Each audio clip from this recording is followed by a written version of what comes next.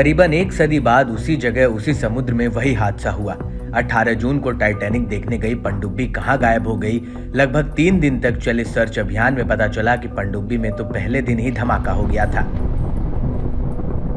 उसमें सवार सभी 5 लोगों की मौत हो गई थी। लेकिन यह हादसा कैसे हुआ, क्या कारण रहा, यह अभी तक पूर्ण रूप से स्पष्ट नहीं हो पाया है। वहीं धीरे धीरे इस हादसे से जुड़ी नई नई बातें निकलकर सामने आ रही हैं। एक पनडुब्बी विशेषज्ञ ने टाइटैनिक सबमरीन से कुछ सुरागों का खुलासा किया है जो दिखाते हैं कि पनडुब्बी किस तरह हादसे का शिकार हुई।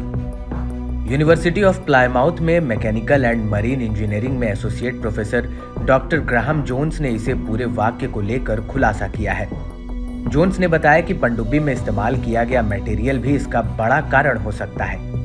समुद्र में उतरने के महज 1.25 घंटे बाद ही पनडुब्बी लापता हो गई थी। ऐसा क्या हुआ कि एकदम से पनडुब्बी रडार से गायब ही हो गई। डॉक्टर ग्राहम जोन्स की माने तो जो व्यक्ति इसका संचालन कर रहा था उससे कई बड़ी गलतियां की और वह अपनी गणनाओं को लेकर अति आत्मविश्वास में था और पनडुब्बी की खिड़की को टाइटैनिक के मलबे की गहराई तक जाने के लिए इसे प्रमाणित नहीं किया गया था।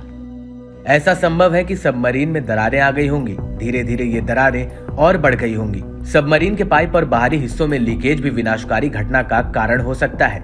इससे सबमर्सिबल को कंट्रोल करने वाले इलेक्ट्रॉनिक्स में खराबी आ गई होगी और आग लग गई होगी। वहीं अब अटलांटिक महासागर की गहराइयों में अब टाइटन का मलबा जुटाने की कोशिश की जा रही है। खोजकर्ताओं की टीम को मलबे के कुछ टुकड़े मिले भी हैं। टाइटैनिक पनडुब्बी के 10 टुकड़े तट पर लाए गए हैं। यूएस कोस्ट गार्ड ने खुलासा किया कि उनकी खोज में मानव अवशेष भी बरामद किए गए हैं। वहीं इस भयानक हादसे के पीछे का कारण जानने में काफी समय लगेगा क्योंकि विशेषज्ञ मलबे की जांच कर रहे हैं। डॉक्टर ग्राहम जोन्स ने कहा है कि मलबे की जारी की गई तस्वीरों में पाइप, उनके कवर और बिजली के तार देखे जा सकते हैं। आने वाले समय में इन सबूतों से कई अन्य खुलासे होने की उम्मीद जताई जा रही है।